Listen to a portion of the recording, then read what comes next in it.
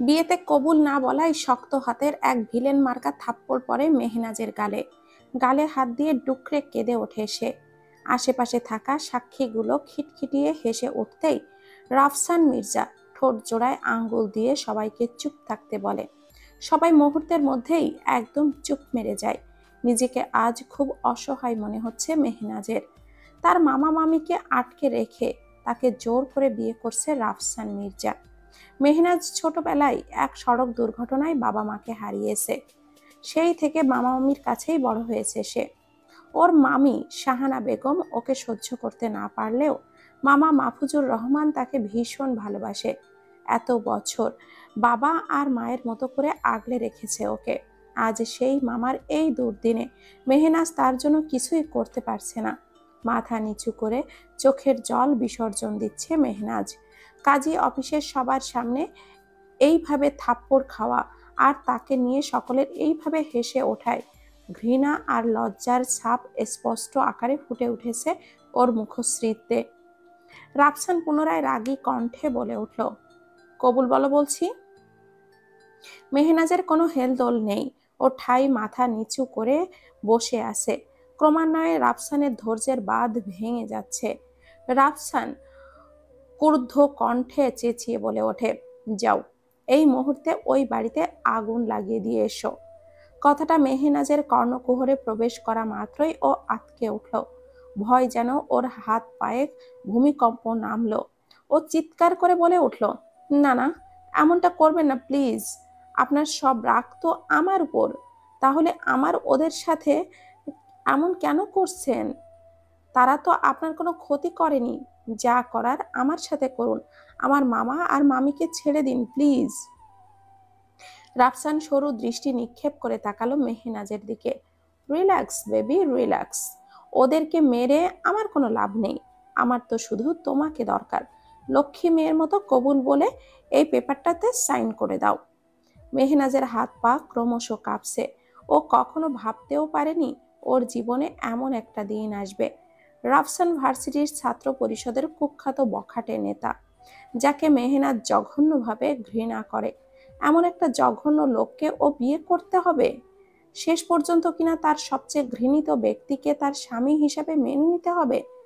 কথাটা ভাবতেই ওর সারা শরীর কাঁটা দিয়ে উঠছে। রাফসান রাগে ফোঁস করে দম নিচ্ছে। চোখ খিচে ঢুকিয়ে নিয়েছে কোঠরে। দাঁত চিবিয়ে কঠিন গলায় বলল, আমি 1 থেকে 3 পর্যন্ত গুনবো। এর মধ্যে যদি তুমি কবুল না বলো তাহলে। মেহনাজ হকচকিয়ে বলে উঠল, না না প্লিজ, এমন কিছু করবেন না। আপনি যা বলবেন আমি তাই করব। রাফসান কাজীকে ইশারা করলো বিয়ে পড়ানো শুরু করতে। কাজী অনেকটা ভয়ে ভয়ে বিয়ে পড়ানো শুরু করলো। বিয়ের সকল লেখালেখি করার কাজ শেষে কাজী মেহনাজকে কবুল বলতে বলল। মেহনাজের বুকের ভেতর তোলপাড় হয়ে যাচ্ছে। ওর ঠোঁট জোড়া কাঁপছে। ওর আজ অন্য কারোর জন্য কবুল বলার কথা ছিল। ওর সাথে কি হবার কথা ছিল, আর কি হয়ে যাচ্ছে।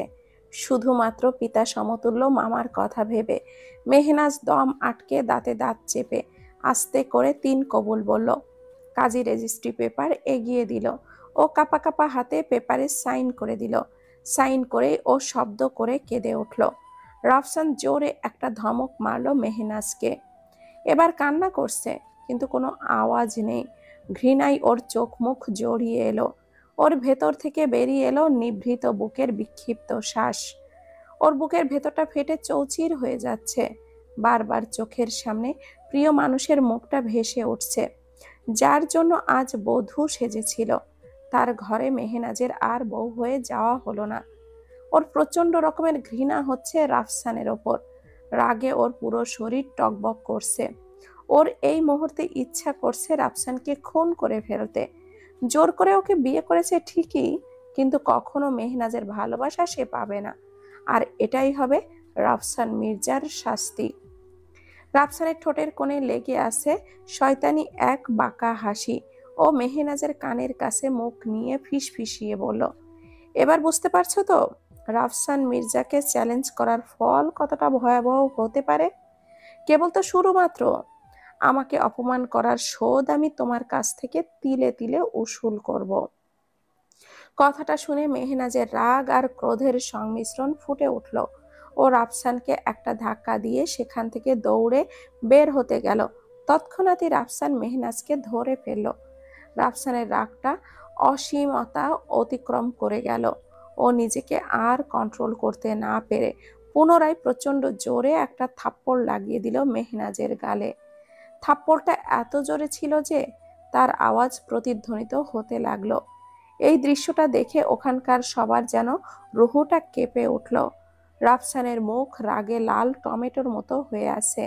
ও মেহনাজের এক হাত শক্ত করে, ওর হাত মুষ্টিবদ্ধ আবদ্ধ করে ওকে টানতে টানতে সেখান থেকে নিয়ে যেতে শুরু করলো। মেহনাজ ওর হাত ছাড়ানোর জন্য মুসরামুসরি করছে। রাফসান ওর হাতটা এত শক্ত করে মুষ্টিবদ্ধ করে রেখেছে যে মেহনাজ কিছুতেই নিজের হাত রাফসানের কাছ থেকে ছাড়াতে পারছে না। মেহনাজ রাগে চেঁচিয়ে উঠল, ছাড়ুন আমার হাত বলছি। কোথায় নিয়ে যাচ্ছেন আমাকে? আমি কোথাও যাব না আপনার সাথে। রাফসান মেহনাজের কথার কোনো গ্রাহ্য করল না। রাফসান ওকে গাড়ির কাছে এনে গাড়ির দরজাটা খুলে ওকে ভেতরে ছুঁড়ে ফেলে দিল। তারপর নিজেও গাড়িতে বসে স্টার্ট দিল। কিন্তু মেহনাজকে চুপ করাতে পারল না। মেহনাজের মনে একটা প্রশ্ন ঘুরছে, এক প্রশ্নের উদয় হলো সেটা। ও প্রশ্নটা করার জন্য হাঁসফাঁস করছে। মেহনাজ আর প্রশ্নখানা মনে চেপে রাখতে পারল না। শটান করে প্রশ্নটা করেই বসলো, আপনি জেল থেকে বের হলেন কিভাবে? আমি তো আপনার বিরুদ্ধে সমস্ত এভিডেন্স এবং প্রুফ পুলিশের কাছে জমা দিয়েছিলাম। এতক্ষণ মেহনাজের সব বকবক চুপ করে শুনলেও মেহনাজের এই প্রশ্নটা শুনে জোরে ব্রেক কষে গাড়িটা থামিয়ে দিল রাফসান। মেহনাজের দিকে তাকিয়ে হো হো শব্দে হেসে উঠল। মেহনাজ বিস্ময়ে ঘোর চিত্তে রাফসানের দিকে তাকিয়ে আছে। ওর এই হাসির পেছনে মেহনাজ এক রহস্যময় গন্ধ পাচ্ছে, কিন্তু রহস্যটা ঠিক কি তা ওর কাছে বোধগম্য হচ্ছে না। মেহনাজ উজবুকের ন্যায় রাফসানের অট্টহাসির দিকে তাকিয়ে আছে। হঠাৎ ওর মুখের অবয়ব পরিবর্তন হয়ে কঠিন রূপ ধারণ করলো। মুহূর্তে ওর চোয়াল শক্ত হয়ে এলো। মেহনাজের দিকে তীক্ষ্ণ দৃষ্টি নিক্ষেপ করলো। দাঁত চিবিয়ে ক্ষুদ্র কণ্ঠে বলল, কি ভেবেছিলে তুমি এত সহজে আমার কাছ থেকে নিস্তার পেয়ে যাবে? এই রাফসান মির্জা এত সহজে তোমার কাছে হেরে যাবে? তুমি আমাকে এখনো ঠিকমতো চিনতেই পারোনি। রাফসান মির্জা হারতে জানে না। মেহনাজের কপালে বেশ কয়েকটা ভাঁজ পড়ল। এটা আমার প্রশ্নের উত্তর নয়, আপনি সেটা খুব ভালো করেই জানেন। রাফসানের ঠোঁটে এক রহস্যময় হাসি ফুটে উঠল। ওর চোখে অদ্ভুত এক দ্যুতি, যা মেহনাজের মনে খানিকটা ভয়েরও সঞ্চার করলো। কিন্তু সে নিজেকে স্বাভাবিক রাখার প্রয়াস চালিয়ে যাচ্ছে। রাফসান তীর্যক কণ্ঠে বলল, তুমি আমাকে জেলে রেখে আসবে আর আমি ওখানে ভালো ছেলে হয়ে বসে থাকবো? আর এই দিকে তুমি বিয়ে করে সুখের সংসার করবে আর আমি জেলের ভেতর অপমানের যন্ত্রণায় ছটফট করব? তা তো হবে না। আর একটা কথা জানো তো, টাকা আর ক্ষমতার কাছে সবকিছুই তুচ্ছ। এই পৃথিবীতে জোর যার মুল্লুক তার। রাফসান দুই আঙ্গুল কষলে টাকার ইশারা করে দেখালো। মেহনাজ এবার রাফসানের কথার মানেটা স্পষ্টভাবে বুঝতে পারল। মেহনাজ দাঁতে দাঁত চেপে রাফসানের দিকে তাকালো। রাফসান ওর চাহনি দেখে বাঁকা হাসলো। এইটুকু শুনেই এত রাগ হচ্ছে? বাকিটা শুনলে কি করবে বেবি? মেহনাজ ভুরু কুঁচকে এলো। মানে? রাফসান মেহনাজের দিকে সরু দৃষ্টিতে ছুড়ল। তোমাকে যে বিয়ে করতে এসেছিল সে এখন আমার লোকেদের হাতে বন্দি। উফ, কি টর্চারটাই না হচ্ছে ওর ওপর। তবে তুমি চিন্তা করো না, আমাদের বাসরটা হয়ে গেলেই ওকে ছেড়ে দিব বেবি। রাফসানের কথা শুনে মেহনাজ রাগে ফেটে পড়ল। ওর চোখ থেকে যেন আগুন ঝরছে। রাফসানের প্রতি ঘৃণার ওর চোখ মুখ জড়িয়ে এলো। সি, আপনি একটা জঘন্য প্রকৃতির মানুষ। আপনার সাথে বাসর অসম্ভব। আমি আপনাকে ঘৃণা করি। আই হেট ই। কথাটা শেষ করার আগেই রাফসান মেহনাজের গাল দুইটায় শক্ত করে চেপে ধরল। ওর চোখের গভীরে যেন মেহনাজের প্রতি দহন জ্বলে উঠল। ওর চোখে জ্বলছে দগ্ধ অগ্নি শিখা। রাফসান চোয়াল কটমট করে বলল, খুব তেজ না তোর? আজ তোর সব তেজ আর অহংকার ভেঙে গুড়িয়ে দেব। মেহনাজের চোখে মুখে রাফসানের প্রতি ঘৃণার ছাপ স্পষ্ট আকারে ফুটে উঠল। ও তপ্ত এক শ্বাস নিয়ে কঠিন গলায় বলল, ছাড়ুন আমাকে। রাফসান ঠোঁট কামড়ে এক শয়তানি হাসি দিল। তোমাকে ছেড়ে দিলে আমাদের বাসরটা কি হবে মেহু বেবি? মেহনাজ আক্রোশে ফুঁসছে। ওর ভেতর থেকে বেরিয়ে এলো বিক্ষিপ্ত শ্বাস। ও রাফসানের হাতটা এক ঝটকায় সরিয়ে দিতে যাবে, তৎক্ষণাৎই রাফসান ওর গাল দুটো আরো শক্ত করে চেপে ধরলো। ও আস্তে আস্তে মেহনাজের ঠোঁটের দিকে এগোতে শুরু করলো। ও যেই না মেহনাজকে কিস করতে যাবে, তখনই মেহনাজ রাফসানের গালে কষে একটা থাপ্পড় মারলো। কিন্তু রাফসান একবার একটু রাগ করলো না। তপ্ত একটা নিঃশ্বাস টেনে বলল, কেন যে একই ভুল করো বারবার? রাফসান মেহনাজের দুই হাত পেছনে ধরে এবং অন্য হাত দিয়ে ওর চুলের মুঠি ধরে ওকে আরো কাছে নিয়ে আসলো। তারপর ফুল দমে ওর ঠোঁটে কিস করতে লাগলো। এইদিকে মেহনাজ রাফসানের সাথে না পেরে কান্না করে দিল। 10 মিনিট পর রাফসান ওকে ছেড়ে দিল। মেহনাজ জোরে জোরে নিঃশ্বাস নিচ্ছে। রাফসান ওর ঠোঁট জোড়া বৃদ্ধা আঙ্গুল দিয়ে মুছে নিল। ওর দিকে তাকিয়ে নিরেট স্বরে বলল, এটুকুতে কাঁদলে হবে? সামনে তো আরো কান্না বাকি আছে বেবি। ক্রোধে মেহনাজের চোখ মুখ লাল হয়ে গেল। ও বিক্ষিপ্ত স্বরে আওড়ালো, সি, আপনি একটা অমানুষ। মেহনাজের কথায় রাফসান হেসে দিল। কিছু না করতেই অমানুষটা কি করবে? তারপর মেহনাজের মাথাটা সামনে এনে ওর কানে ফিসফিস করে বলল, তোমার ঠোঁটের স্বাদটা কিন্তু সত্যি মিষ্টি। তাড়াই আসি, তাই বেশিক্ষণ ঠোঁটের স্বাদটা নিতে পারলাম না। এরপর তোমার সাথে যা যা হবে তার জন্য নিজেকে তৈরি করে নাও। পর মুহূর্তে রাফসান ওকে ছেড়ে দিয়ে ড্রাইভিং এ মন দিল। মেহনাজ হাঁ করে রাফসানের দিকে তাকিয়ে আছে। রাফসান ড্রাইভিং করতে করতে পিছেল হেসে ঠোঁট বিড়িয়ে তারপর বলল, এখান থেকে সারাটা জীবন আমাকে তোমাকে আমার সঙ্গেই থাকতে হবে, তোমার ইচ্ছা হোক বা অনিচ্ছাই। সো আমাকে দেখার জন্য অনেক টাইম পাবে, তাই এইভাবে আমার দিকে তাকিয়ে থেকো না। রাফসানের কথায় মেহনাজের ধ্যান ভাঙল, কিন্তু এখন ওর আরো ভয় করছে।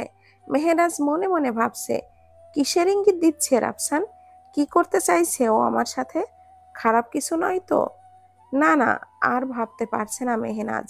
যেভাবেই হোক ওকে তো রাফসানের হাত থেকে নিজেকে রক্ষা করতেই হবে, আর সেটা যে কোনো মূল্যে। এই ভেবে আবারও চিল্লাচিল্লি শুরু করলো, গাড়ি থামান, আমি নামবো, গাড়ি থামান প্লিজ। রাফসান গাড়ি থামাচ্ছে না দেখে আরো জোরে জোরে চিল্লাচিল্লি শুরু করলো মেহনাজ। রাফসান আর সহ্য করতে না পেরে মেহনাজের দিকে রাগী দৃষ্টিতে তাকালো। আবারও কি আমার ঠোঁটের স্পর্শ পাওয়ার ইচ্ছা হয়েছে নাকি? মেহু বেবি, তোমাকে ছেড়ে দেবার জন্য তো বিয়ে করিনি। আর তোমাকে ছেড়ে দেবার হলে আরো আগেই ছেড়ে দিতাম, এত দূর নিয়ে আসতাম না। সুতরাং আর কোনো কথা না বলে চুপচাপ বসে থাকো। দেখুন, আপনি যদি এখন আমাকে ছেড়ে না দেন তাহলে আমি কিন্তু। রাফসান ঠোঁট ভিড়িয়ে হাসলো, হ্যাঁ দেখান, আমিও দেখতে চাই আপনাকে না ছেড়ে দিলে কি করবেন আপনি। মেহনাজ এবার ঘোর চিন্তায় পড়ে গেল। সত্যি তো, এবার কি বা করবে ও? মেহনাজ মনে মনে কিছু একটা ভাবলো। আপনি যদি এই মুহূর্তে আমাকে ছেড়ে না দেন তাহলে আমি চলন্ত গাড়ি থেকে লাফ দেব। কথাটা বলেই মেহনাজ সিট বেল্টটা খুলে ফেললো। ও যেই না গাড়ির দরজাটা খুলতে যাবে, তৎক্ষণাৎই রাফসান ওর হাতটা ধরে ওকে নিজের দিকে টেনে নিয়ে আসলো। ঠাস করে একটা লাগিয়ে দিল মেহনাজের গালে। রাফসান দাঁতে দাঁত চেপে বলল, ভেবেছিলাম এটা তোমার সাথে করব না, কিন্তু তুমি বাধ্য করলে মা। মেহনাজ পুরো কথাটা শেষ করতে পারলো না। তার আগেই রাফসান ওর নাকে মুখে কি একটা স্প্রে করে দিল। মেহনাজ ওর বুকে ঢলে পড়ল। ওর মুখের দিকে তাকিয়ে এক আঙ্গুল দিয়ে ওর মুখ স্ক্রল করে বিড়বিড় করে আওড়ালো, মেহু বেবি, তুমি আমার সাথে যা যা করেছো তার কঠিন মূল্য দিতে হবে তোমাকে প্রতিটা মুহূর্ত। এত সহজে তোমাকে আমি ছাড়ছি না। তোমাকে করতে চেয়েছিলাম আমার মনের রানী, কিন্তু তুমি করলে প্রতিশোধের কাহিনী। 1 ঘন্টা পর মেহনাজের যখন জ্ঞান ফেরে, তখন ও নিজেকে একটা সোফার হাত আর মুখ বাঁধা অবস্থায় আবিষ্কার করে। ভালো করে চারপাশে চোখ বুলিয়ে দেখলো ও একটা বাড়ির বেডরুমের শুয়ে আছে। সামনে একটা চেয়ারে বসে আছে রাফসান।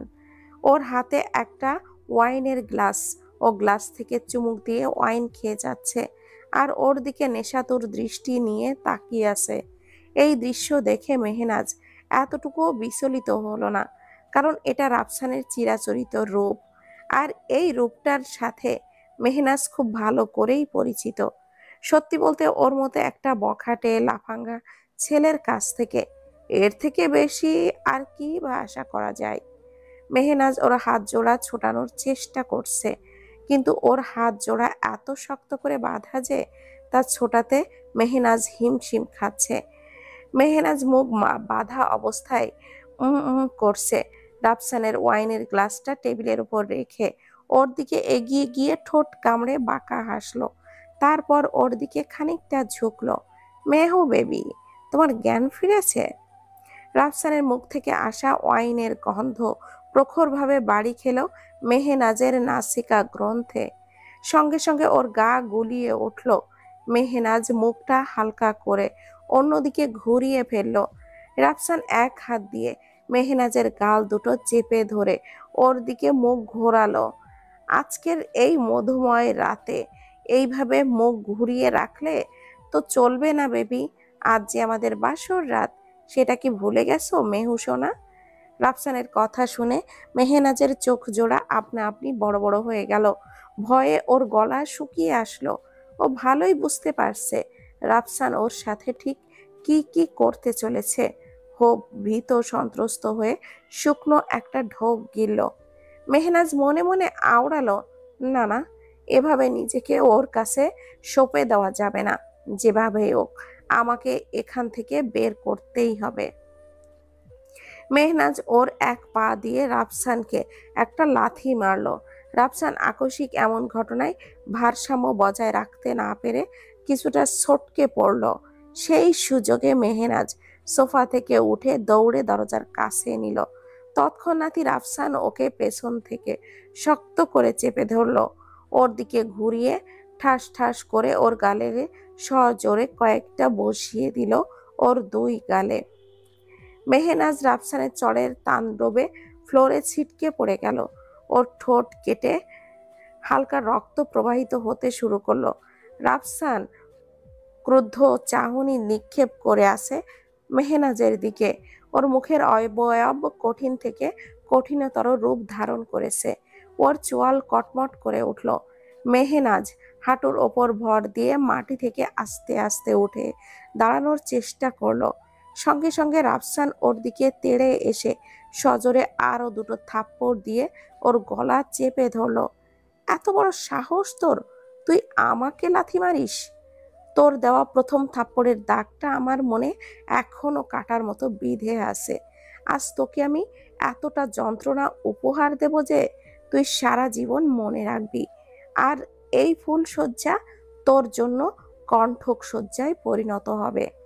কথাটা বলেই রাফসান মেহনাজের চুলের মুঠি ধরে ওকে খাটের ওপর ধাক্কা মেরে ফেলে দিল।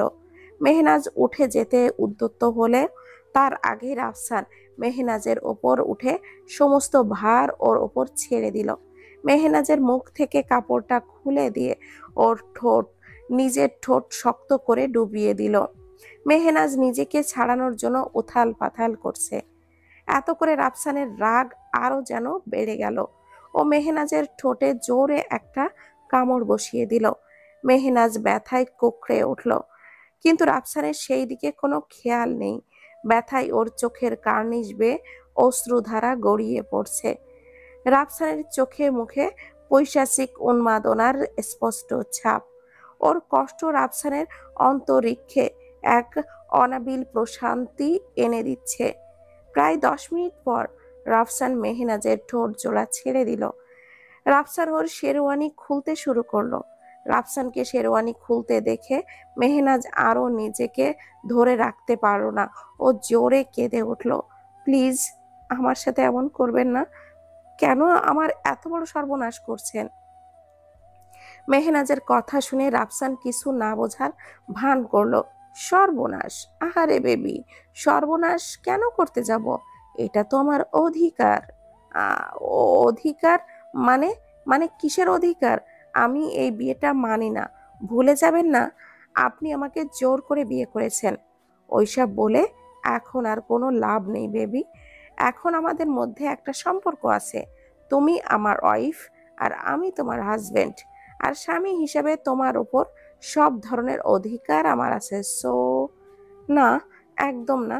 আপনি কাছে আসবেন না। রাফসান ডেভিল স্মাইল দিয়ে একটানে ওর শেরওয়ানিটা খুলে ফ্লোরে ছুঁড়ে মারলো। মেহনাজ কিছু বলতে যাবে তার আগে রাফসান খাটের উপরে রাখা কাপড়টা দিয়ে পুনরায় ওর মুখটা বেঁধে ফেললো। তারপর মেহনাজের গলায় আর ঘাড়ে এলোপাতাড়ি চুমু দেওয়া শুরু করলো রাফসান। ওর হাত দুটো এখনো পেছনে বাঁধা, তাই মেহনাজ ওর পা দিয়ে ছোড়াছুড়ি শুরু করলো, কিন্তু কোনো লাভ হলো না। রাফসান এক পর্যায়ে মেহনাজের শাড়ির আঁচলটা টেনে খুলে ফেললো। মেহনাজ প্রচন্ড কান্নায় ভেঙে পড়লো। অনেক চেষ্টা করেও নিজেকে বাঁচাতে ব্যর্থ হলো। এক পর্যায়ে ও ছটফট করা বন্ধ করে দিল। ওর চোখের কোণ দিয়ে অনর্গল পানি গড়িয়ে পড়ছে, কিন্তু সেই দিকে রাফসানের কোনো হুঁশ নেই। ও মেহনাজের নেশায় আসক্ত হয়ে গেছে, ডুব দিয়েছে মেহনাজের নেশা ভরা জালে। এক পর্যায়ে হাত দিয়ে মেহনাজের ব্লাউজটা টেনে ছিঁড়ে ফেললো। মেহনাজের চোখের পানির স্রোত আরো বেড়ে গেল। ওর চোখের সামনে ভেসে উঠল ওর ভালোবাসার মানুষটার ছবি। ওর বুকের ভেতরটা আহাকার করছে, দুমড়ে মুচড়ে ছারখার হয়ে যাচ্ছে ওর অন্তরিক্ষ। ওর অক্ষি কুঠের জল ঢেউয়ের তোড়ে আছড়ে পড়ছে চোখের কার্নিশ বেয়ে। ওর চোখের পানিতে রাফসানের রাগ তুঙ্গে উঠে গেল। ও মেহনাজের গলায় একটা কামড় বসিয়ে দিল। ও ব্যথায় ডুকরে কেঁদে উঠল। রাফসান আস্তে আস্তে মেহনাজকে সমস্ত ভাবে ওর দখল করে নিল, আষ্টে পৃষ্ঠে জড়িয়ে নিল ওকে। মেহনাজ ঠোঁট উল্টে রাফসানের অত্যাচার সহ্য করছে। মেহনাজ পুরো শরীর জুড়ে রাফসানের শাস্তির তাণ্ডব খেলে বেড়াচ্ছে। মেহনাজ ব্যথায় ক্রমে ক্রমে কুঁকড়ে উঠছে। একদিকে রাফসান ওর অধিকার আদায়ে ব্যস্ত, আর অন্যদিকে মেহনাজ অসহ্য পরিমাণ ব্যথায় কাতর।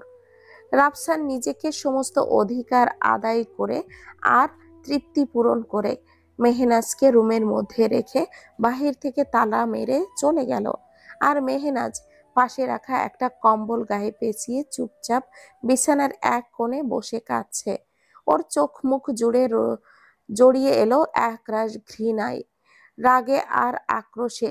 ওর ভেতরটা যেন ফেটে যাচ্ছে। আজ ওর নিজেকে নিজের কাছেই কেমন যেন একটা আগাছা মনে হচ্ছে। ঘৃণা হচ্ছে নিজের প্রতি নিজের। ওর সব স্বপ্ন আর নেশা আজ যেন ভেঙে চুরমার হয়ে গেছে। ওর চোখের সামনে ভেসে উঠল ভার্সিটির নবীন বরণের কালো অধ্যায়ের সেই দিনটা। ঢাকার নামকরা একটা ভার্সিটি, নর্থ সিটি, বড় আর বিলাসবহুল এক ভার্সিটি। ভার্সিটির চারপাশটা সবুজ ঘাসে ঘেরা। ভার্সিটির আশেপাশে কোথাও একটুও ময়লা জমে নেই। খুব পরিপাটি করে সাজানো পুরো ভার্সিটিটা। বিশাল একটা খেলার মাঠ, পুরো মাঠে রাউন্ড করা বিভিন্ন রকমের ফুল লাগানো। ফুলের গন্ধে ভার্সিটির চারিপাশটা মোমো করছে। এত সুন্দর মনোরম একটা পরিবেশ, যা দেখলে এমনিতেই সবার মন প্রাণ জুড়িয়ে যায়। চারপাশটা ভালো করে একবার দেখে চোখ বুলিয়ে দেখবে, সেই মুগ্ধ হবে। এই ভার্সিটিতে অ্যাডমিশন নেওয়া সকল স্টুডেন্টের স্বপ্ন। যার রেজাল্ট খুব ভালো তাকে এখানে ম্যানেজিং কমিটির পক্ষ থেকে ফ্রিতে লেখাপড়া করার সুযোগ দেওয়া হয়। মেহনাজ তাদের মধ্যেই একজন। মেহনাজের ছোট থেকেই স্বপ্ন ছিল নামকরা বড় একটা ভার্সিটিতে পড়ার, কিন্তু ওর বাবা আর মা নেই। মামা আর মামির সংসারে বড় হয়েছে।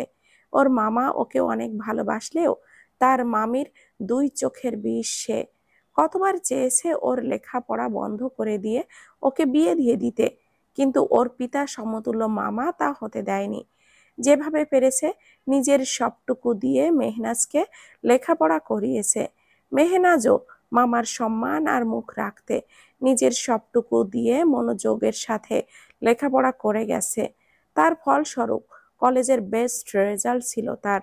সেই সুবাদে ও এই নামকরা ভার্সিটিতে ফ্রিতে ভর্তি হতে পেরেছে। আজও অনেক বেশি খুশি। আজ ওর সফলতার যে সবচেয়ে বেশি খুশি হয়েছে সে হলো তার মামা। আজ ওর সফলতায় যে সবচেয়ে বেশি খুশি হয়েছে সে হলো তার মামা। তবে আজ যদি ওর বাবা আর মা বেঁচে থাকতো তাহলে হয়তো ওর সফলতায় আরও বেশি খুশি হতো। পিতা সমতুল্য মামার প্রাণোচ্ছল হাসি মাখা মুখটা দেখে মনে মনে প্রতিজ্ঞা করেছে এই ভার্সিটি থেকে সে ভালো স্কলারশিপ নিয়ে বের হবেই হবে। ভার্সিটিতে আজ নবীনবরণ অনুষ্ঠান। ওদেরকে আগেই বলে দিয়েছিল নবীনবরণ অনুষ্ঠান উপলক্ষে মেয়েরা মেরুন কালারের শাড়ি পরবে আর ছেলেরা পরবে অলিভ কালারের পাঞ্জাবি। মেহনাজ শাড়ি পরে হাঁটতেই পারছে না, কারণ শাড়ি পরার তার তেমন কোনো অভ্যাস নেই, কিন্তু বাধ্য হয়েই ওকে শাড়ি পরে আসতে হয়েছে। আজকে ওকে খুব সুন্দর লাগছে। ও শাড়ির সাথে ম্যাচিং করে কানের দুল, গলায় হালকা একটা স্টোনের হার আর দুই হাতে ম্যাচিং করে চুড়ি পরেছে। ওর চোখে টানা করে কাজল দেওয়া, কোমর পর্যন্ত চুলগুলো ছেড়ে দিয়ে কাঁধের এক পাশে দিয়ে রেখেছে। বেশিরভাগ ছেলেরাই ওর দিকেই তাকিয়ে আছে, কিন্তু এই দৃশ্য আড়ালে দাঁড়িয়ে থাকা একজনের সহ্য হচ্ছে না। ওর ভেতরটা নিদারুণ হিংসায় জ্বলে পুড়ে ছারখার হয়ে যাচ্ছে। তার ইচ্ছা করছে ছেলেগুলোকে মেরে এখান থেকে বের করে দিতে। সে আড়াল থেকে প্রেমাতুর দৃষ্টিতে মেহনাজকে পা থেকে মাথা পর্যন্ত চোখ বুলিয়ে দেখে যাচ্ছে। তার চোখ জোড়া মেহনাজের দিকে বিমোহিতভাবে আটকে আসে। তার চোখ জোড়ায় যেন মেহনাজকে দেখার অনেক দিনের কাতর পিপাসা লুকিয়ে আছে। মেহনাজের শাড়ি পরে এলোমেলো পদায়ন তার মনের মাঝে যেন ঢেউ তুলে দিচ্ছে। তার বুকের ভেতর ক্রমে ক্রমে ভালোবাসার ঝড় বয়ে যাচ্ছে। মেহনাজ মেন গেটের একটু কর্নারে দাঁড়িয়ে ওর বেস্ট ফ্রেন্ড লুবনার জন্য অপেক্ষা করছে। এই ভার্সিটিতে ও তেমন কাউকেই চেনে না, শুধু তার ক্লোজ ফ্রেন্ড লুবনাকে ছাড়া। লুবনা আর ও একই কলেজে লেখাপড়া করেছে, আর সেই সুবাদে একই ভার্সিটিতে ভর্তি হয়েছে। লুবনা ওর মতো অত ভালো স্টুডেন্ট না, তবে ও বড়লোক বাবার একমাত্র মেয়ে, তাই ওর এই কলেজে ভর্তি হতে তেমন বেগ পোহাতে হয়নি। লুবনার সাথে মেহনাজের আকাশ পাতাল ব্যবধান, কিন্তু এতটুকু অহংকার নেই লুবনার মধ্যে। মূলত লুবনা মেহনাজকে ছাড়া কিছুই বোঝে না। গলায় গলায় ভাব ওদের, আত্মার সম্পর্ক ওদের দুজনের মধ্যে। মেহনাজ লুবনার জন্য প্রায় আধা ঘন্টা ধরে গেটের সামনে দাঁড়িয়ে অপেক্ষা করছে। অপেক্ষা করতে করতে ওর বেশ বিরক্তি ধরে গেছে। প্রায় 10 মিনিট পর লুবনা অনেকটা দৌড়ে দৌড়ে হাঁপাতে হাঁপাতে ভার্সিটিতে প্রবেশ করলো। মেহনাজ কপাল কুঁচকে ওর দিকেই তাকিয়ে আছে। লুবনা মৃদু হেসে বলল, সরি দোস্ত, আসলে শাড়ি পরতে লেট হয়ে গেছে, রাগ করিস না প্লিজ। এই থাম তো, তুই কবে সময় মতো এসেছিলি বলতো? সব সময় তো তুই লেট করিস, কলেজেও করতি তাই, এখন ভার্সিটিতেও শুরু করলি। লুবনা মেহনাজকে আলতো করে এক পাশ থেকে জড়িয়ে ধরল, গলা ভার করে হাসি ছড়িয়ে দিয়ে বলল, বেস্টি জানের জিগার দোস্ত, আমার আর রাগ করে থাকিস না, একটু হাস প্লিজ। মেহনাজ আর লুবনার ওপর রাগ করে থাকতে পারল না। ও ঠোঁট জোড়া প্রশস্ত করে হেসে দিল। আড়ালে থাকা ব্যক্তিটা তার বুকের বাঁ পাশে হাত রেখে প্রেমঘোর কণ্ঠে আওড়ালো, উফ মেরি জান, তোমার ওই হাসিতে আমি নতুন করে আবারও ঘায়েল হলাম। I love you, I love you, I love you জানু, really I love you so much. খুব তাড়াতাড়ি তোমাকে আমার মনের কথা বলে দেব, সারা জীবনের জন্য জড়িয়ে নেব আমার ভালোবাসার বাহু ডোরে। আধা ঘন্টা পর নবীনবরণ অনুষ্ঠান শুরু হয়ে গেল। ভার্সিটির সকল প্রফেসর একে একে স্পিচ দেওয়া শুরু করলো। পুরো মাঠ ছাত্রছাত্রীদের ভিড়ে পা ফেলানোর জায়গাটুকুও নেই। মেহনাজ আর লুবনার ভিড়ের মধ্যে ঠাঠারাশি করে এক জায়গায় জড়সড় হয়ে দাঁড়িয়ে প্রফেসরদের স্পিচ শুনছে। হঠাৎই কেউ একজন পেছন থেকে মেহনাজের শাড়ির আঁচল ধরে সজোরে টান মারল। মেহনাজ সঙ্গে সঙ্গেই ওর বুকে হাত দিয়ে আঁচলটা চেপে ধরে ঘুরে পিছনে তাকালো। দেখল পাঞ্জাবি পরা লম্বা একটা ছেলে দাঁড়িয়ে আছে। মেহনাজ রাগে চোখ মুখ খিচে ছেলেটার গালে সজোরে একটা থাপ্পড় বসিয়ে দিল। আকস্মিক এমন ঘটনায় ছেলেটা একদম ভড়কে গেল। পর মুহূর্তেই মেহনাজ ছেলেটার পাঞ্জাবির কলার ধরে চেঁচামেচি শুরু করলো। ওর চেঁচামেচিতে সবার আকর্ষণ মেহনাজের দিকে ভিড়ল। কয়েকজন প্রফেসর সহ আরও কয়েকজন মেহনাজের দিকে দ্রুত গতিতে এগিয়ে আসলো। তাদের মধ্যে ইংলিশ ডিপার্টমেন্টের প্রফেসর সাখাওয়াত হোসেন উদ্বিগ্ন হয়ে হড়বড় গতিতে বলে উঠল, কি ব্যাপার, কি হয়েছে এখানে, এত হইচই কিসের? মেহনাজ ছেলেটাকে দেখিয়ে রুক্ষ কণ্ঠে বলে উঠল, স্যার, এই ছেলেটা ভিড়ের মধ্যে আমার সাথে অসভ্যতা করেছে। ও আমার শাড়ির আঁচল ধরে টান দিয়েছে। সাখাওয়াত হোসেন ছেলেটার দিকে চোখ তুলে তাকালেন।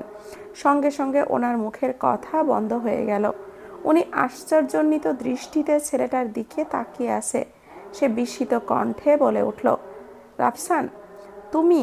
সি রাফসান, সি, তোমার কাছ থেকে এটা আমি মোটেও আশা করিনি। তুমি দলের সভাপতি হয়ে যদি মেয়েদের সাথে অসভ্যতা করো, তাহলে বাকিরা তোমার কাছ থেকে কি শিখবে? সাখাওয়াত হোসেনের কথা শুনে রাফসান একদম বাকরুদ্ধ হয়ে গেল। ও কখনো ভাবতেও পারেনি সাখাওয়াত স্যার ওকে এইভাবে ভুল বুঝবে। উনি এতদিন ধরে ওকে এই চিনল। এবার ওর পরিচয়টা দেওয়া যাক। ও হলো রাফসান মির্জা, নামকরা ব্যবসায়ী আফতাব মির্জার একমাত্র ছেলে, এই ভার্সিটির ছাত্র পরিষদের সম্পাদক নেতা। ও দেখতে যেমন লম্বা তেমন স্মার্ট। লম্বায় 6 ফিটের ওপরে হবে, জিম করা বডি, হালকা চাপ দাড়ি, স্পাইক করা চুল, অলিভ কালারের একটা পাঞ্জাবি পরা, হাতে কালো কালার একটা ব্র্যান্ডের ঘড়ি, পাঞ্জাবির সামনে কালো একটা চশমা ঝোলানো। রাফসান এই ভার্সিটির মেয়েদের ক্রাশ বয়। ওর সাথে একটা রাত কাটানোর জন্য কত মেয়েরা ওর পেছনে ঘুরঘুর করে। ওর বাইকে ওঠার জন্য কত মেয়েরা লাইন ধরে থাকে। আর সেই রাফসান কিনা এইভাবে মিথ্যা অপবাদ দিয়ে ওকে হেনস্থা করছে। ভাবতেই রাফসানের রাগে গা জড়িয়ে এলো। তবুও রাফসান নিজেকে সংযত করে রাখলো। ও সাখাওয়াতকে কিছু বলার চেষ্টা করছে, কিন্তু বলার মতো কোনো সুযোগই পাচ্ছে না।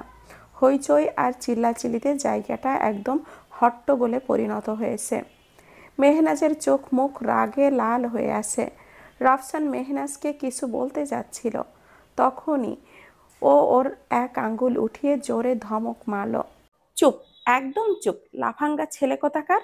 এই, তোর ঘরে মা বোন নেই? একটা মেয়ের সাথে অসভ্যতামি করেও আবার কথা বলছিস? মেহনাজের কথায় রাফসানের রাগ চরমে উঠে গেল। মটমট করে উঠল ওর চিবুক। মেহনাজের দিকে ওর ক্ষুব্ধতার চাহনি বিরাজমান। তা দেখে মেহনাজ আরো বেশি উত্তেজিত হয়ে উঠল। লুবনা অনেক চেষ্টা করেও ওকে থামাতে পারল না। মেহনাজের সাথে তাল মিলিয়ে কিছু স্টুডেন্ট শোরগোল শুরু করে দিয়েছে। ওখানকার অবস্থা খারাপ দেখে প্রফেসর সাখাওয়াত মেহনাজ আর রাফসানকে প্রিন্সিপালের রুমে নিয়ে গেল। রাফসান আর মেহনাজ প্রিন্সিপাল মাহফুজুর রহমানের রুমে দাঁড়িয়ে আছে। মেহনাজ অনবরত কেঁদে যাচ্ছে। রাফসান প্রিন্সিপালকে কিছু বলার চেষ্টা করছে, কিন্তু প্রিন্সিপাল ওর কোনো কথা শুনতে নারাজ। প্রফেসর সাখাওয়াত প্রিন্সিপালকে সবকিছু খুলে বলল। সব শুনে প্রিন্সিপাল মাহফুজুর রহমান তৎক্ষণাৎই রাফসানকে অসদাচরণের কারণে ভার্সিটি থেকে 3 মাসের জন্য এক্সপেল করে দিল। মেহনাজের মুখে এক ধরনের বিজয়ের হাসি ফুটে উঠল, কিন্তু সেই হাসি রাফসানের হৃদয়ে এক অজানা ক্রোধের আগুন জ্বালিয়ে দিল। রাফসান ওর হাত শক্ত করে মুঠো করে রেখেছে, যেন নিজেকে সংযত করার শেষ চেষ্টা করছে। রাফসান শক্ত স্বরেই বলে উঠল, স্যার, আমাকে কথা বলার সামান্য সুযোগও যদি দিতেন, তাহলে এমন ভুল সিদ্ধান্ত নিতেন না। তবে কোনো সমস্যা নেই, 3 মাস ভার্সিটি থেকে দূরে থাকতে পারবো, কিন্তু এর একটা প্রতিফল হবে। প্রিন্সিপাল চোখ তুলে তাকালেন। তুমি কি বোঝাতে চাইছো রাফসান? রাফসান চুপ করে প্রিন্সিপালের প্রশ্নের উত্তর না দিয়েই সোজা দরজা ঠেলে বেরিয়ে যেতে নিয়েও মেহনাজের দিকে এক ঝলক তাকিয়ে বিদ্বেষ মাখা দৃষ্টিতে বলে গেল, এই অপমানের হিসেব আমি ঠিক বুঝে নেব। মেহনাজ প্রথমে ভয় পেলেও দ্রুত নিজেকে সামলে নিয়ে ভাবল, যা ইচ্ছা করুক, মেয়েদের অসম্মান করার এটাই তার উচিত শিক্ষা। রাফসান ভার্সিটি থেকে বেরিয়ে বাইকের কাছে এসে হাত মুঠো করে সিটের উপরে জোরে জোরে কয়েকটা ঘুষি মারলো। রাফসানের বন্ধুরা ওর পাশে দাঁড়িয়ে আছে, কেউ ভয়ে ওকে কিছু বলার সাহস পাচ্ছে না। ওর মনের ভেতর ক্ষোভ আর অভিমানের অন্ধকার ঘনিয়ে আসলো। আমি তোকে এমন শিক্ষা দেব যা তুই জীবনেও ভুলবি না। আমাকে অপমান করার শাস্তি তোকে তো পেতেই হবে। তোকে আমি যন্ত্রণার করাঘাতে তিলে তিলে কষ্ট দিয়ে মারবো। রাফসান নিজের পরিকল্পনা মাথায় সাজাতে লাগলো। অন্যদিকে মেহনাজ প্রিন্সিপালের রুম থেকে বেরিয়ে ক্যাম্পাসের মাঠের প্রোগ্রামের দিকে গেল। লুবনা ওর হাতটা ধরে প্রশংসিত কণ্ঠে বলল, তুই কি দারুণ কাজ করলি বেস্টি। যার সামনে কেউ কথা বলতে ভয় পায় সেই রাফসান মির্জাকে থাপ্পড় মারলি, প্রিন্সিপালকে দিয়ে এক্সপেল করালি। তোর সাহস আছে দোস্ত। মেহনাজের ওষ্ঠ উঠে ক্রু হাসলো। ওর মতো লাফাঙ্গা ছেলেদের এইভাবে শায়েস্তা করা উচিত, যাতে করে দ্বিতীয়বার মেয়েদের সম্মানের সাথে খেলা করার সাহস যেন আর কখনো না পায়। মেহনাজের কণ্ঠে প্রফুল্লতার ছাপ স্পষ্ট আকারে ফুটে উঠল। কিন্তু মেহনাজ জানতো না যে তার এই কথাগুলো রাফসান ঠিকই শুনে নিচ্ছে। ভিড়ের মধ্যে দাঁড়িয়ে রাফসান তার দিকেই অগ্নিঝরা দৃষ্টিতে তাকিয়ে আছে। প্রায় ঘন্টা খানেক পর প্রোগ্রাম শেষ হয়ে গেল। মেহনাজ আর লুবনা ভার্সিটি থেকে বের হয়ে গেল। রাস্তায় কিছু দূর আসার পর যে যার মতো করে নিজেদের বাড়ির রাস্তা ধরল। মেহনাজ কিছু দূর যেতেই কেউ একজন পেছন থেকে ওর মুখটা চেপে ধরল। একটা চেয়ারে হাত আর মুখ বাঁধা অবস্থায় অবচেতন হয়ে পড়ে আছে মেহনাজ। প্রায় ঘন্টাখানেক অবচেতন থাকার পর একটু করে সজ্ঞানে বিচরণ করছে সে। মেহনাজ পিটপিট করে চোখ খেলার চেষ্টা করছে। মাথাটা ভারী, প্রচন্ড রকমের ঝিমঝিম করছে ওর। ধীরে ধীরে চোখ খুলে দেখলো একটা অন্ধকার ঘর। চারপাশের সবকিছুই তার অচেনা। ঘরের মধ্যে উদ্ভট একটা গন্ধ। সেই গন্ধে ক্রমে ক্রমে মেহনাজের গা গুলিয়ে আসছে। সে হাত পা নাড়ানোর চেষ্টা করতেই টের পায় শক্ত দড়ির বাঁধনে তার হাত পা আটকে আছে। মুখেও শক্ত কিছু পেঁচানো, যা তার চিৎকার করার সব রাস্তা বন্ধ করে দিয়েছে। তার মস্তিষ্ক তাকে জানান দিচ্ছে সে কোনো বিপদের মধ্যে পড়েছে। তার হৃদস্পন্দন বাড়তে থাকে। মনে হয় বুকটা যেন ধড়পড় করে বেরিয়ে আসবে। চিন্তা করার চেষ্টা করছে কিভাবে এখানে এলো, কিন্তু কিছুই মনে পড়ছে না। মাথার ভেতর যেন এক ঝড় বইছে। হঠাৎ মনে হলো কেউ তার সামনে বসে আছে। ভয়ে ওর বুকের ধুকধুকানি ক্রমশই বেড়ে চলেছে। ঘরের মধ্যে পিনপতন নীরবতা বিরাজ করছে। শুধু তার নিঃশ্বাসের ফ্যাস ফ্যাস আওয়াজ ছাড়া আর অন্য কিছু শোনা যাচ্ছে না। হঠাৎই এক গম্ভীর স্বর ঘরের নীরবতা রোধ করলো। হ্যালো মিস মেহনাজ শিকদার, ঘুম ভেঙেছে আপনার? কণ্ঠস্বরটা মেহনাজের কর্ণকুহরে প্রবেশ করা মাত্রই ও চমকে উঠল। কণ্ঠস্বরটা তার কাছে বেশ পরিচিত মনে হচ্ছে। এই কণ্ঠস্বরটা যেন কোথাও শুনেছে, কিন্তু এই মুহূর্তে ঠিক মনে করতে পারছে না। মেহনাজ ডুব দিল ঘোর এক ভাবনায়। হঠাৎ ওর ভাবনার ছেদ ঘটিয়ে ঘরের লাইটটা জ্বলে উঠল। হঠাৎ তীব্র আলোর ঝলকানিতে মেহনাজ চোখ টিপে বন্ধ করে ফেলল। কিছুক্ষণ পর ধীরে ধীরে চোখ খোলার চেষ্টা করতেই যা দেখল তাতে তার রাগ আরো বিস্ময়ে শরীর কেঁপে উঠল। তার সামনে একটি চেয়ারে পায়ের ওপরে পা তুলে নির্বাক ভঙ্গিতে বসে আছে রাফসান মির্জা। তার ঠোঁটের কোণে সিগারেট, যা থেকে ধোঁয়া উঠছে, আর অন্য হাতে ঝিকিমিকি করা ওয়াইনের গ্লাস। রাফসানের মুখে এক ধরনের বিদ্রূপের হাসি, যেন সে পুরো পরিস্থিতিটা উপভোগ করছে। রাফসান সিগারেটের ধোঁয়াটা ধীরে ধীরে ছেড়ে ঠান্ডা কণ্ঠে বলল, কেমন লাগছে মিস শিকদার? এই অবস্থার জন্য প্রস্তুত ছিলে না, তাই না? মেহনাজের চোখ দুটো রাগে জ্বলে উঠল। রাগে তার সমস্ত শরীর থরথর করে কাঁপছে। সে হাত পা বাঁধা অবস্থাতেই নিজেকে মুক্ত করার জন্য ছটফট করতে লাগলো। মুখ দিয়ে কোনো শব্দ বের করতে না পারলেও তার চোখের দৃষ্টি যেন চিৎকার করে কিছু বলতে চাইছে। রাফসান খানিকটা শব্দ করে হেসে উঠল। ও, তোমার এই তীক্ষ্ণ দৃষ্টি আর রাগ আমাকে আরো বেশি বিনোদন দিচ্ছে মিস মেহনাজ। সত্যি বলতে আমি এটা উপভোগ করছি। তুমি আমার সঙ্গে যা করেছো তার জন্য এটা ন্যায্য শাস্তি। তবে চিন্তা করো না, এটা তো কেবল মাত্র শুরু। কথাটা বলেই রাফসান ওয়াইনের গ্লাসটা একটা টেবিলের উপরে রেখে বসা থেকে উঠে মেহনাজের কাছে এগিয়ে গেল। সিগারেটটা ঠোঁটে ধরে তাতে লম্বা একটা টান দিয়ে সিগারেটের ধোঁয়া ছাড়লো ওর মুখ বরাবর। সিগারেটের গন্ধে মেহনাজের যেন দম বন্ধ হয়ে আসছে। ধোঁয়াতে ওর চোখ দুটো জ্বালা করছে। ওর সিগারেটের গন্ধ একদম সহ্য করতে পারে না। ওর চোখ জোড়া লাল হয়ে উঠল, চোখ দিয়ে টপ টপ করে পানি পড়তে শুরু করলো। মেহনাজের চোখের পানি দেখে রাফসান অস্থির হয়ে পড়ল।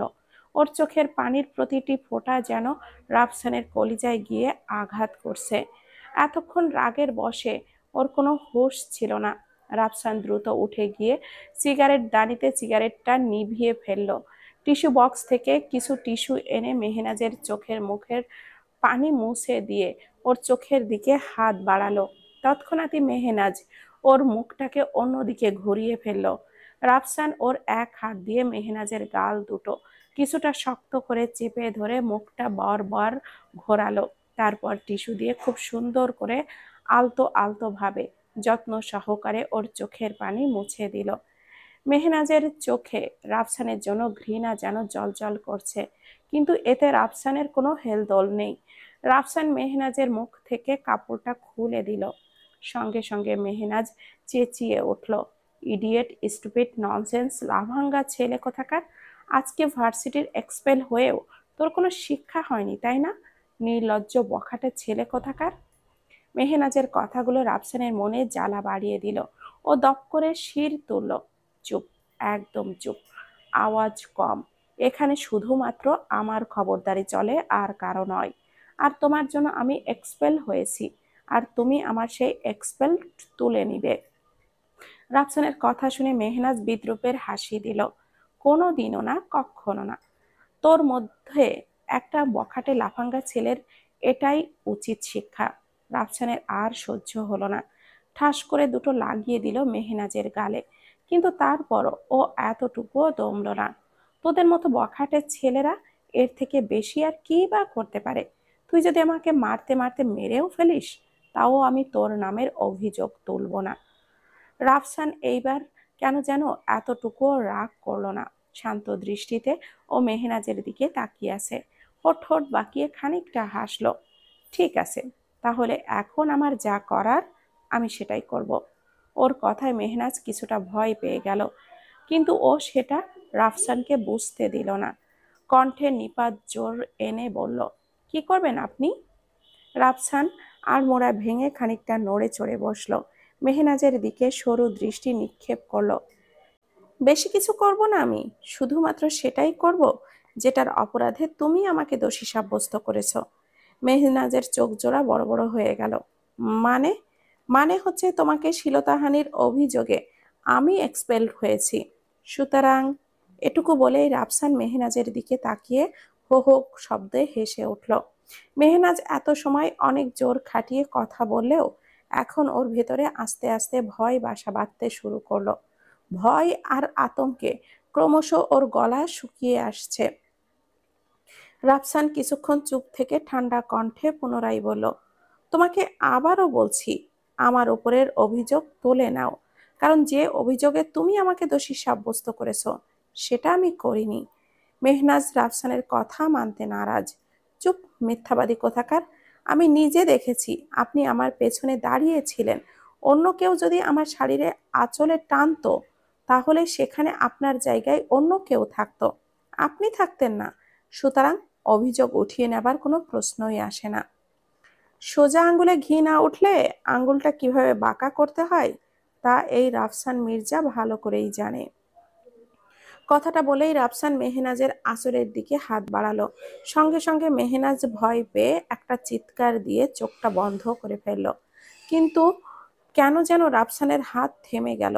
মেহনাজের ভীতু ভীতু মুখশ্রী ওর মনের ভেতর কেমন যেন একটা নাড়া দিয়ে যাচ্ছে। রাফসান ওর দিকেই তাকিয়ে মনে মনে আওড়ালো, কেন এমন করলে আমার সাথে? একটা বারও কোনটা ভুল কোনটা ঠিক তা যাচাই করার চেষ্টা করলে না? হঠাৎ রাফসানের ঘরের দরজায় প্রচন্ড জোরে একটা শব্দ হলো। রাফসান ঘাড় ঘুরিয়ে দরজার দিকে তাকিয়ে একদম হতভম্ব হয়ে গেল। হতভম্বের তোড়ে ওর অক্ষি যুগল যেন আছড়ে পড়ার ভাব। রাফসান দরজার দিকে তাকিয়ে দেখে সেখানে পুলিশ দাঁড়িয়ে আছে, একজন লেডি কনস্টেবল আর তিনজন পুরুষ পুলিশ। রাফসান মুহূর্তের জন্য হতচকিত হয়ে গেল। ও বুঝতেই পারছে না এখানে পুলিশ কে নিয়ে আসলো। রাফসান মেহনাজের দিকে তাকালো, ওর চোখ জোড়া যেন রাফসানের দিকে তাকিয়ে বিদ্রুপের হাসি হাসছে। রাফসানের আর বুঝতে বাকি নেই এটা মেহনাজের কাজ। লেডি কনস্টেবল সীমা এগিয়ে গিয়ে মেহনাজের হাতে আর মুখের বাঁধন খুলে দিল। পড়ন্ত গলায় জিজ্ঞাসা করলো, আপনি ঠিক আছেন? মেহনাজ ন্যাকা কান্না জুড়ে দিল। আপনারা আসতে আরেকটু দেরি করলে হয়তো আমি আর ঠিক থাকতাম না। এই লোকটা একটা সাইকো, বিপজ্জনক, ওকে ছাড়বেন না। সীমা মেহনাজকে সান্ত্বনা দিয়ে এক পাশে গিয়ে দাঁড়ালো। রাফসান নির্বিকার ভঙ্গিতে সবটা দেখে যাচ্ছে। ওর মনের মধ্যে প্রতিশোধের আগুনটা আরো দ্বিগুণ হারে বেড়ে গেল। রাগের এক তাণ্ডব লীলা চলছে ওর পুরো অন্তরিক্ষে। রাফসান চোখ রাঙিয়ে তাকিয়ে আছে মেহনাজের দিকে। ওর চোখ জোড়া রাগে আগুনের স্ফুলিঙ্গের ন্যায় জ্বলছে, যেন ওই আগুন এখনই ওর চোখ থেকে বেরিয়ে এসে মেহনাজকে ভৎস করে দেবে। মেহনাজের ঠোঁটের কোণে কটাক্ষের হাসি লেগে আছে, যা রাফসানের রাগটাকে আরো দ্বিগুণ বাড়িয়ে দিচ্ছে। ও হাতটা মুষ্টিবদ্ধ করে দাঁতে দাঁত চেপে সবটা সহ্য করার প্রয়াস চালাচ্ছে। সাব ইন্সপেক্টর শাহিন আলম গম্ভীর কণ্ঠে বলল, আপনার বিরুদ্ধে কিডন্যাপিং, নারী নির্যাতন এবং শ্লীলতাহানির অভিযোগ আনা হয়েছে। আপনাকে আমাদের সঙ্গে থানায় যেতে হবে। রাফসান নিজেকে স্বাভাবিক রাখার চেষ্টা করলো, একটু হেসে বলল, আপনার সাহস কি করে হয় এই রাফসান মির্জাকে ধরার? আমার পরিচয়টা জানেন তো আমি কে? জাস্ট একটা ফোন দিব, সঙ্গে সঙ্গে আপনার চাকরি আউট। শাহিন রাফসানের কথার কোনো তোয়াক্কা করল না। আপনি যেই হন না কেন, আইনের চোখে সবাই সমান। আর আমি আপনার ধমকে ভয় পাই না। আমি সরকারের চাকরি করতে এসেছি, আপনার নয়। সুতরাং আর কোনো কথা না বাড়িয়ে আমাদের সঙ্গে চলুন, আর তা না হলে আপনাকে টেনে নিয়ে যেতে বাধ্য হব। রাফসান সরু দৃষ্টি নিক্ষেপ করলো শাহিনের দিকে। তাই নাকি? ওকে, আপনার অভিযোগের প্রমাণ কোথায়? জানেন তো প্রমাণ ছাড়া কাউকে গ্রেপ্তার করা যায় না। সুতরাং এই সব ভুয়া অভিযোগে আমাকে ধরতে পারবেন না। হঠাৎ দরজার কাছ থেকে কেউ একজন ভারী কি কণ্ঠে বলে উঠল, সব প্রমাণ আছে। কণ্ঠস্বরটা মেহনাজের কানে পৌঁছানো মাত্রই ও দ্রুত গতিতে চোখ তুলে দরজার দিকে তাকালো। সঙ্গে সঙ্গে ওর ঠোঁটে প্রশস্ত এক হাসি ফুটে উঠল। মেহনাজ উচ্ছ্বাসিত কণ্ঠে আওড়ালো, তুহিন। তুহিন মেহনাজের কাছে এগিয়ে আসলো, ওর হাত দুটো ধরে ওর হাতে ছোট্ট একটা চুমু দিল। আবেগী কণ্ঠে বলল, তুমি এখানে জিম্মি হয়ে আসো আর আমি না এসে থাকতে পারি? এই দৃশ্য রাফসানের বুকে জ্বালা ধরিয়ে দিচ্ছে। ওর ইচ্ছে করছে তুহিন যে হাত দিয়ে মেহনাজের হাতটা ধরেছে ওই হাতটা এই মুহূর্তে ভেঙে ফেলতে, আর যে ঠোঁট দিয়ে মেহনাজের হাতে চুমু দিয়েছে সেই ঠোঁট কেটে ফেলতে। ওদের দিকে রাফসানের ক্রুদ্ধতার চাহনি বিরাজমান। রাফসান মেহনাজের পাশে তুহিনকে সহ্য করতে পারছে না। ওর ভেতরটা জ্বলে পুড়ে ছারখার হয়ে যাচ্ছে। তুহিন হলো মেহনাজের মামাতো ভাই, মাহফুজুর রহমানের একমাত্র ছেলে। ওর সাথে মেহনাজের ছোটবেলা থেকে বিয়ে ঠিক হয়ে রেখেছে মাহফুজুর রহমান। মেহনাজের অ্যাডমিশনের জন্য বিয়েটা পিছিয়ে গেছে। কিছুদিনের মধ্যে ওদের বিয়ের ডেট পড়বে। তুহিন এখনো মেহনাজের হাতটা ধরে রেখেছে। রাফসানের ধৈর্যের বাঁধ ভেঙে গেল। এই দৃশ্য আর সহ্য করতে পারল না। রাফসান তুহিনের কাছে তেড়ে গিয়ে ওর নাক বরাবর সজোরে একটা পাঞ্চ মারল। তুহিন মেহনাজের কাছ থেকে ছিটকে কিছুটা দূরে সরে গেল। ওর এই কাণ্ডে ওখানে উপস্থিত সবাই রীতিমতো চমকে গেল। মেহনাজ তুহিন বলে চেঁচিয়ে উঠল। ও তুহিনের কাছে যেতে নেবে, তখনই রাফসান শক্ত করে মেহনাজের হাতটা ধরে ফেলল। চিবুক শক্ত করে তীক্ষ্ণ কণ্ঠে বলল, খুব দরদ না তোর ওর জন্য? আমি ওর এমন অবস্থা করব যে। কথাটা শেষ করার আগেই রাফসানের গালে মেহনাজের একটা থাপ্পড় পড়ল। রাফসান গালে হাত দিয়ে কটমট চোখে তাকিয়ে আছে ওর দিকে। পুলিশ এতক্ষণ সবটা দর্শকের মতো দেখলেও এখন আর চুপ থাকতে পারল না। শাহিন প্যান্টের পেছনের ঝোলানো হ্যান্ডকাপটা বের করে সোজা লাগিয়ে দিল রাফসানের হাতে। ওর চোখ জ্বলছে রাগ আর অপমানের এক অদ্ভুত মিশ্রণ। রাফসান তীক্ষ্ণ স্বরে বলল, হ্যান্ডকাপ পরানোর আগে নিজেরা জানো কাকে আটকাচ্ছ? আমাকে থামানোর মতো সাহস দেখানোর আগে তোমাদের নিজেদের ক্ষমতা যাচাই করা উচিত ছিল। রাফসান হঠাৎ করে নিজেকে তাদের হাত থেকে ছাড়িয়ে নেওয়ার চেষ্টা করলো। তার চেহারায় যেন এক হিংস্রতা ফুটে উঠল। পুলিশ রাফসানের এই আচরণ দেখে আতঙ্কিত হয়ে গেল। শাহিন তার রিভলভারটা বের করে রাফসানের দিকে তাক করলো। আপনি এখান থেকে আর এক পাও নড়তে পারবেন না। শান্ত হন, না হলে পরিস্থিতি আরো খারাপ হবে। কিন্তু রাফসান যেন তাদের কথা একদমই শুনতে পাচ্ছিল না।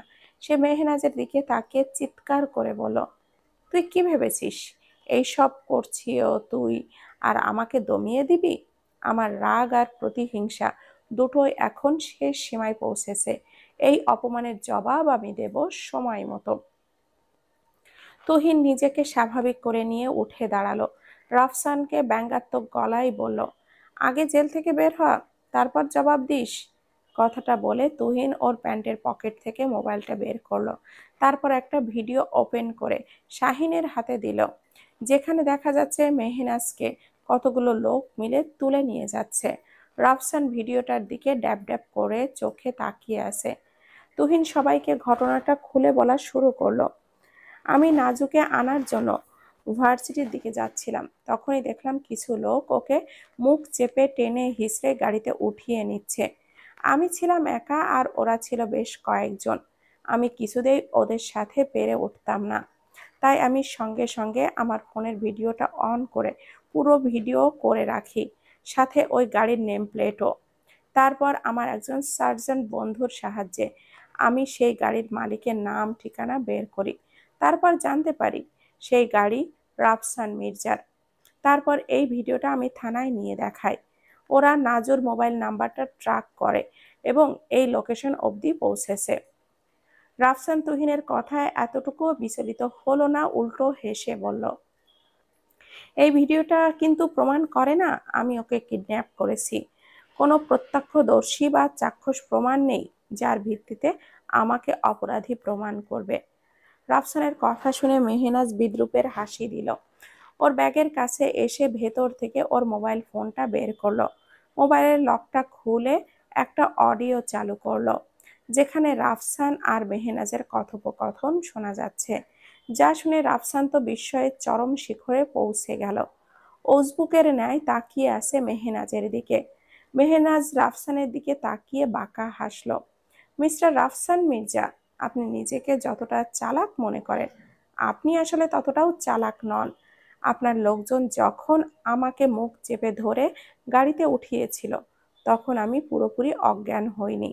আমার তখনও সেন্স ছিল, আমি চিৎকার করতে পারতাম, কিন্তু আমার সেই চিৎকার কারোর কানে পৌঁছাতো না।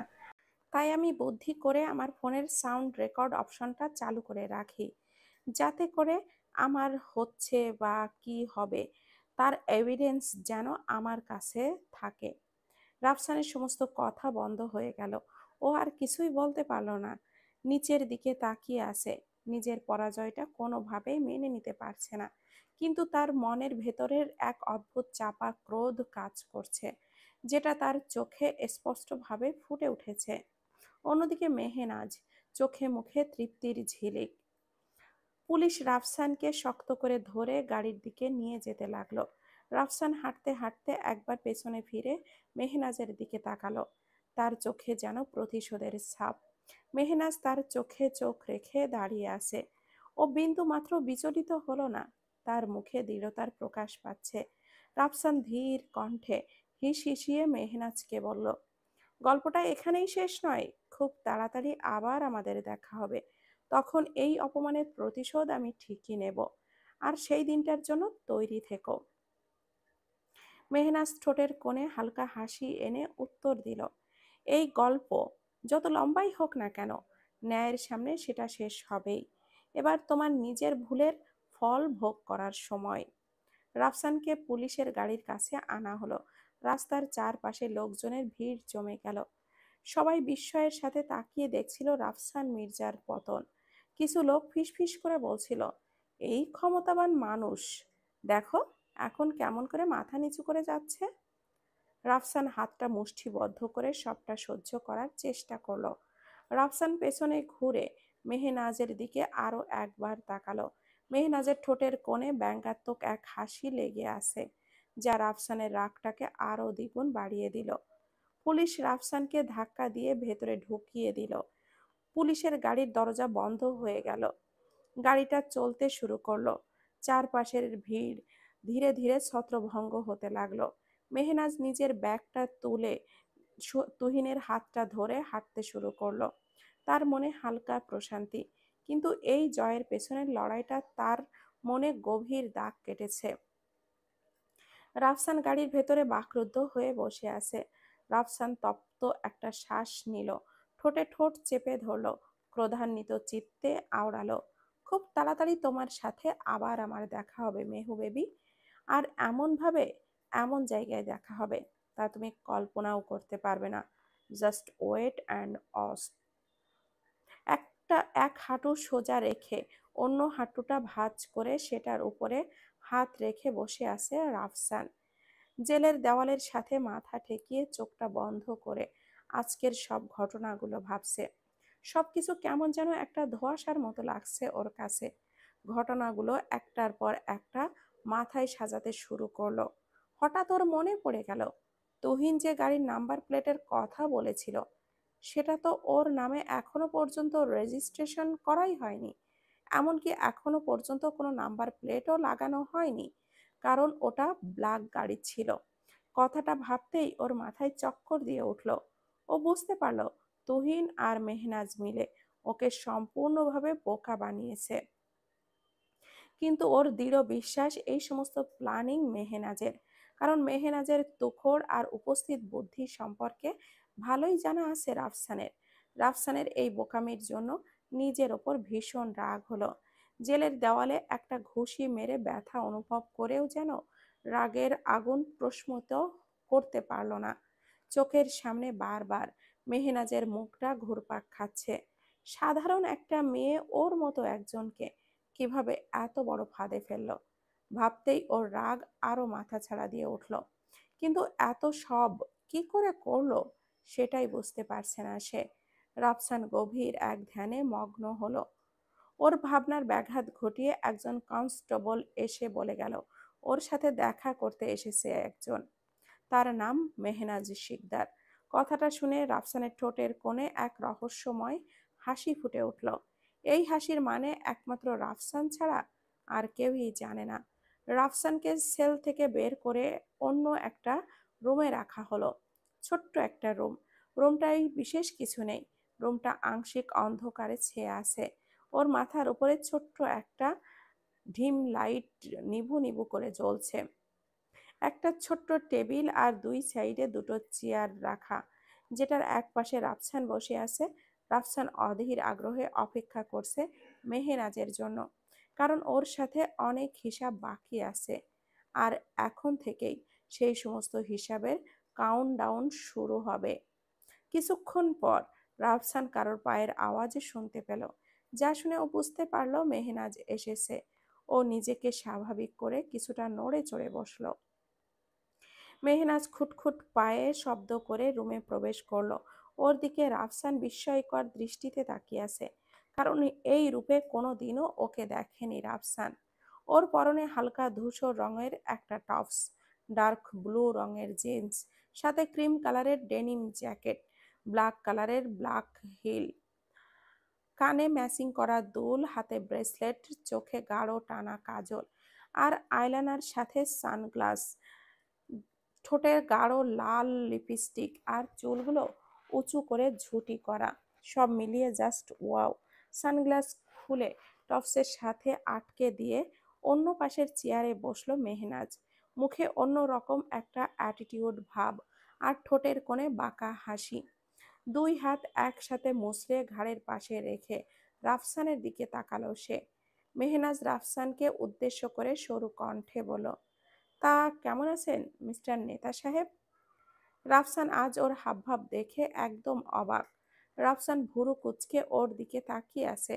মেহনাজ হালকা হেসে বলল, আমি জানি আজকে আমাকে অনেক বেশি সুন্দর লাগছে, তাই বলে এইভাবে তাকিয়ে থাকবেন নাকি? মেহনাজের কথায় রাফসান যেন পুরাই বোকা বনে গেল।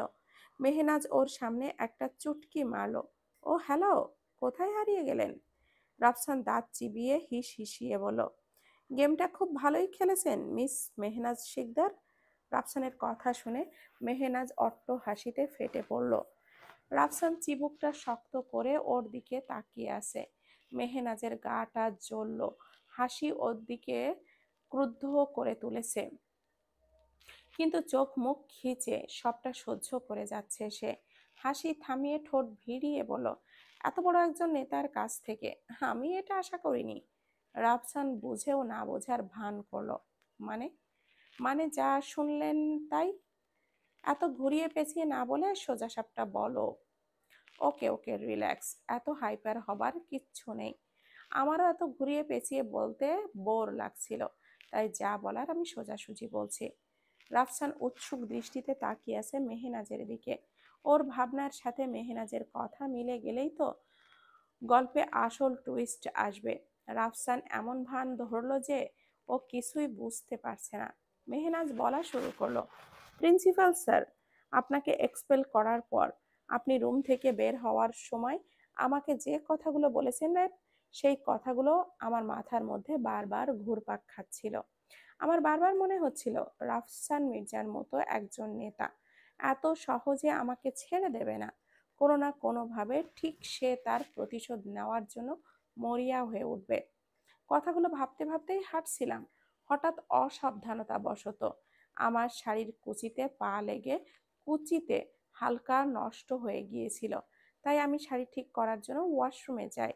শাড়িটাই ঠিক করে ওয়াশরুম থেকে বের হবার সময় আমি শুনতে পেলাম ওয়াশরুমের বাহিরে দাঁড়িয়ে কেউ একজন খুব ফিসফিস আওয়াজে কথা বলছে। আমি তার কথাটা পাত্তা না দিয়ে বের হয়ে যাচ্ছিলাম। ঠিক সেই মুহূর্তে আমার নামটা তার মুখে উচ্চারিত হতে শুনলাম। মুহূর্তের মধ্যে আমার পা জোড়া থমকে গেল। সঙ্গে সঙ্গে মোবাইলের রেকর্ডিং অপশনটা চালু করে তার সমস্ত কথা রেকর্ড করে নিলাম। তারপর যখন তার কথা বলা শেষ হয়ে গেল, শটান করে তার সামনে গিয়ে দাঁড়ালাম। তাকে দেখে বুঝতে পারছিলাম সে আমাকে আকস্মিক উপস্থিতি একদমই বিস্মিত হয়ে গেছে। আতঙ্কের একটা ছাপ ফুটে উঠেছিল তার চোখে মুখে। আমি সেই সুযোগটাকেই কাজে লাগাই। আমার মোবাইলের রেকর্ডিংটা তার সামনেই চালু করে দেই। রেকর্ডিংটা শুনে সে ভয়ে থরথর করে কাঁপা শুরু করলো। এক পর্যায়ে সে আমার হাতে পায়ে ধরে ক্ষমা চাইতে শুরু করলো। আমি তার ভয়টাকে সুনিপুণভাবে হাতিয়ার হিসাবে ব্যবহার করি। পুলিশ আর জেলের ভয় দেখায়। তখন সে আমাকে গলগল করে আপনার সমস্ত প্ল্যানিং এর কথা বলে দেয়। তারপর তার সাথে আমার দারুণ একটা ড্রিল হয়। কথাগুলো বলে মেহনাজ খানিকটা দম নিল। রাফসান পুরো কথা শোনার জন্য মরিয়া হয়ে আছে। কি হলো, থেমে গেল কেন? পুরোটা শেষ করো। ওয়েট ওয়েট, এত তাড়া কিসের? মেহনাজ আবারও বলতে শুরু করলো, আপনার সাথে তার 5 লাখ টাকার কন্ট্রাক্ট হয়েছিল। আমি তাকে দ্বিগুণ টাকার অফার করি। প্রথমে সে রাজি হয়নি, কারণ আপনার নেমক খেয়ে আপনার সাথে নেমক হারামি করতে চায়নি সে। তারপর ওই যে আমার রেকর্ডিংটা আবার কাজে লাগায়। তার সাথে পুলিশের ভয় তো আছেই। তারপর সে আমার কথায় রাজি হয়ে যায়। আমি কিছু টাকা খাইয়ে গাড়ির একটা ফেক নেম প্লেট তৈরি করাই। তারপর সেটা কিছু জাল কাগজ তৈরি করে আপনার নামে করি। তারপর আমি তুহিনকে ফোন দিয়ে সবটা জানাই। ওকে আমার প্ল্যানিংটা বলি। ও ঠিক সেইভাবেই আমার প্ল্যানিং মোতাবেক কাজ করছে। আর আমার ফোনের রেকর্ডিং অপশনটা আমি আমাকে গাড়িতে ওঠানোর আগেই চালু করে রাখি। তারপর বাকিটা আপনার প্ল্যানিং মাফিক হয়। আপনার গুটি যে আপনার দিকে ঘুরে গেল, পাশার চাল যে উল্টে গেল মিস্টার রাফসান মির্জা। এখন কি হবে আপনার? আহারে! আর হ্যাঁ, আমাকে সাহায্যকারী ব্যক্তিটা কে জানেন? রাফসান জিজ্ঞাসাশূন্য দৃষ্টিতে তাকিয়ে আছে মেহনাজের দিকে। কে? আপনার বিশ্বস্ত বন্ধু জামিল পাটোয়ারি। কথাটা শোনা মাত্রই রাফসান একদম নিস্তব্ধ মূর্তির মতো হয়ে গেল। ও নিজের কানকে বিশ্বাস করতে পারছে না ও কি শুনছে। মেহনাজের ঠোঁটের কোণে লেগে আছে হাসির ঝিলিক। আপনার জন্য না আমার খুব কষ্ট হচ্ছে। নিজের এতদিনের বিশ্বস্ত বন্ধু আপনার সাথে বেইমানি করলো। So sad. রাফসান হতভম্ব হয়ে বসে আছে। ও কখনো ভাবতেও পারেনি ওর এতদিনের পুরানো বন্ধুই ওর সাথে বেইমানি করবে। কথাটা ভাবতেই ওর গায়ের মধ্যে কাঁটা দিয়ে উঠল। চরম ঘৃণায় জড়িয়ে এলো ওর অন্তরিক্ষ। এত সময় মেহনাজ কথাগুলো স্বাভাবিক ভঙ্গিতে বললেও হঠাৎ করে ওর মুখের আভাব চেঞ্জ হয়ে গেল। চোখে মুখে ফুটে উঠল এক প্রখর তীক্ষ্ণতা। ওর টেবিলের ওপর দুই হাত রেখে সজোরে বাড়ি দিয়ে চোখ রাঙিয়ে তাকালো রাফসানের দিকে। ওর টি শার্টের কলারটা মেহনাজের সামনে টেনে এনে তিরিক্ষি কণ্ঠে বলল, তুই নিজেকে যতটা চালাক ভাবিস তার 1%ও তুই না। তুই কি ভেবেছিলি আমাকে কিডন্যাপ করে তুলে এনে আমার কপালে কলঙ্কের কালিমা লেপে দিবি? আর সেই অপবাদে আমার তুহিন আমাকে ছেড়ে দেবে? কখনোই না। আমার এই লড়াইয়ে আমাকে সব থেকে বেশি সাহায্য করেছে আমার তুহিন। ও আমার পাশে না থাকলে আমি কিছুতেই এই লড়াইটা জিততে পারতাম না। সব পুরুষরা তোর মতো বখাটে আর লাফাঙ্গা হয় না। কিছু পুরুষ সত্যিকার অর্থে সুপুরুষ হয়। তুই কখনো ওর নখের যোগ্যও হতে পারবি না। কথাগুলো একদমে বলে ফোঁস করে শ্বাস নিচ্ছে মেহনাজ। ওর ভেতরকার রাগটা এখনো পর্যন্ত কমেনি। হয়তো রাফসানকে ঠাস ঠাস করে কয়েকটা জুতার বাড়ি মারতে পারলে ওর মনের রাগ কিঞ্চিত হলেও কমতো। কিন্তু পুলিশ কাস্টাডিতে সেটা আইন পরিপন্থী কাজ বলে ও সেটা করতে পারছে না। রাফসান মাথা নিচু করে বসে আছে। ও এই মুহূর্তে কিছু বলার মতো ভাষা হারিয়ে ফেলেছে। হঠাৎ কারোর পায়ের শব্দ শুনে রাফসানকে ধাক্কা মেরে সরিয়ে দিল মেহনাজ। রাফসান দরজার দিকে তাকিয়ে দেখল একটা ছেলে আর দুইটা দুইটা একটা মেয়ে ভেতরে বসে আছে। ওরা তিনজন এসে রাফসানের সামনে দাঁড়ালো। ওদের মধ্যকার একজনকে দেখে রাফসানের চোখ ছানা বড়া হয়ে গেল। মুহূর্তেই ওর মাথার ভেতর চক্কর দিয়ে উঠল। ও কোনোদিন স্বপ্নেও ভাবতে পারেনি এরকম অবস্থায় ওর সম্মুখীন হতে হবে।